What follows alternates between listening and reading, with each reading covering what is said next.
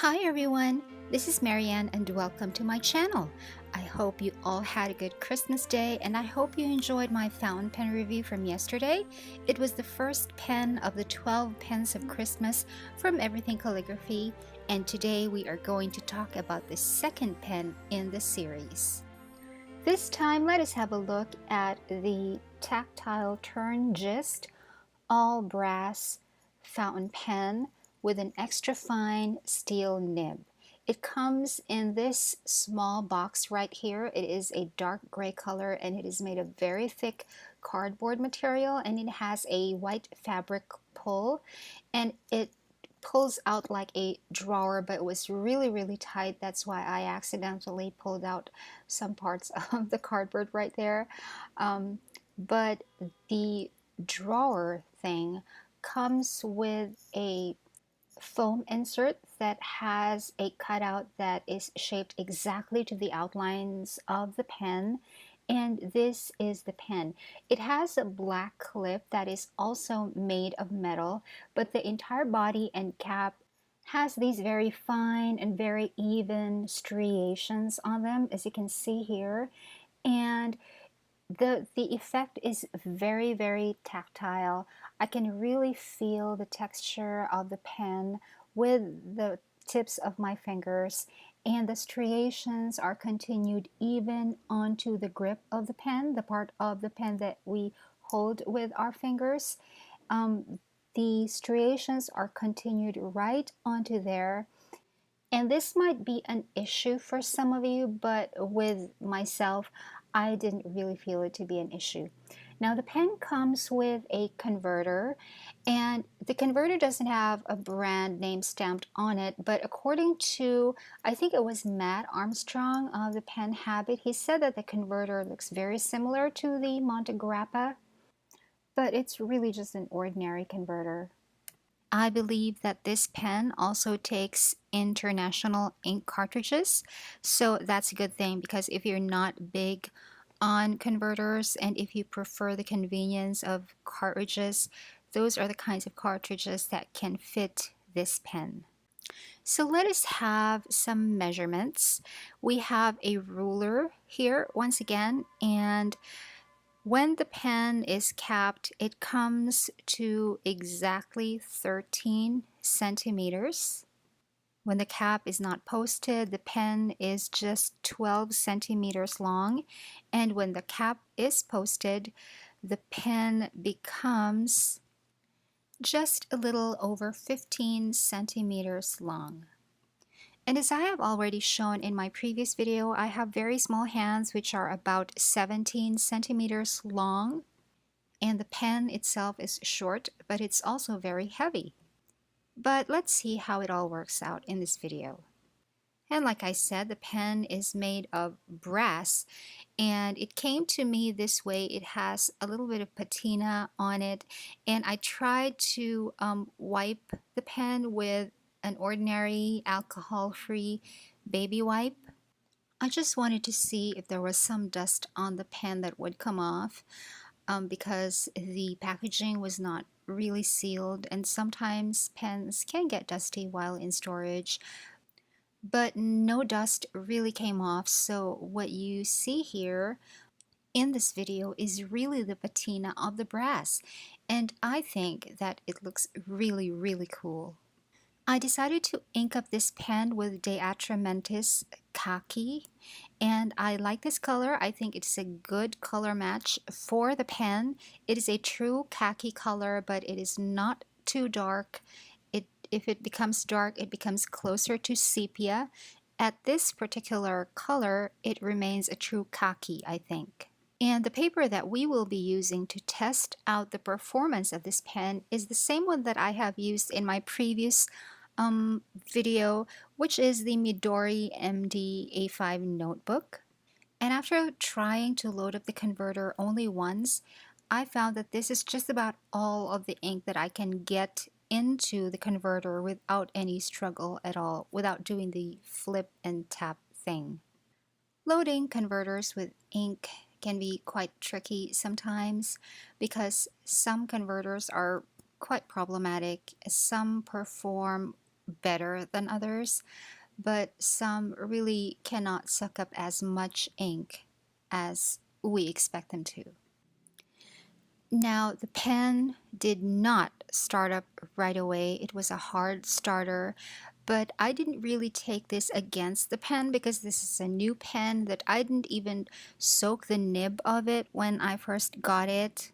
What we usually do when we get a brand new pen is that we soak the nib into a cup of tap water with a few drops of dishwashing liquid because some of the manufacturing oils might still be on the nib that affects the nib performance, but I didn't do that soaking process.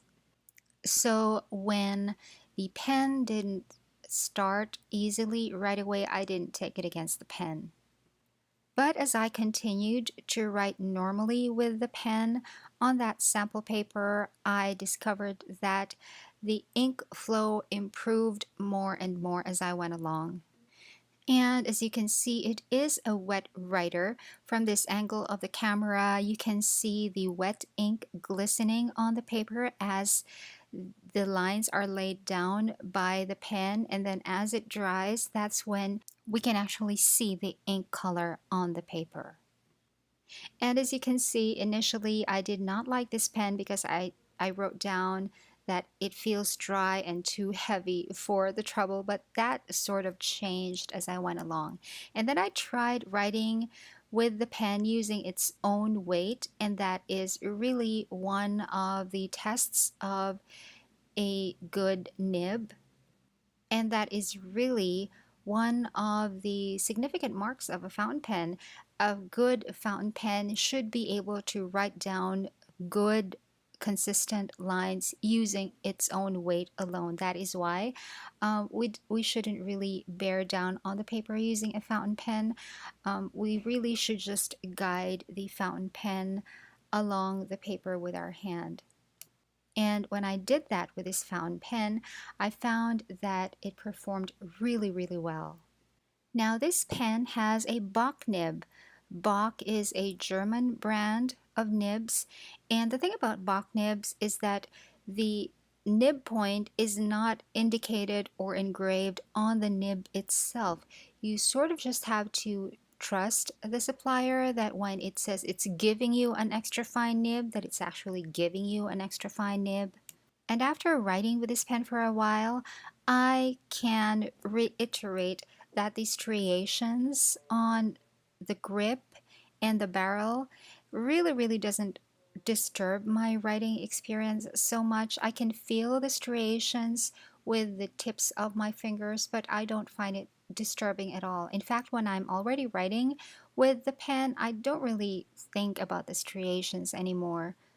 At this point, the pen still doesn't start properly, and I'm writing down this line to show you that it does not always start properly. The first downstrokes of some letters don't show any ink at all. Specifically with the letter T here and the letter I here, and I said that I am not liking this pen, but I was willing to give it a chance, so I wrote, let us try this again, and then the downstroke of the first A in again was difficult to lay down.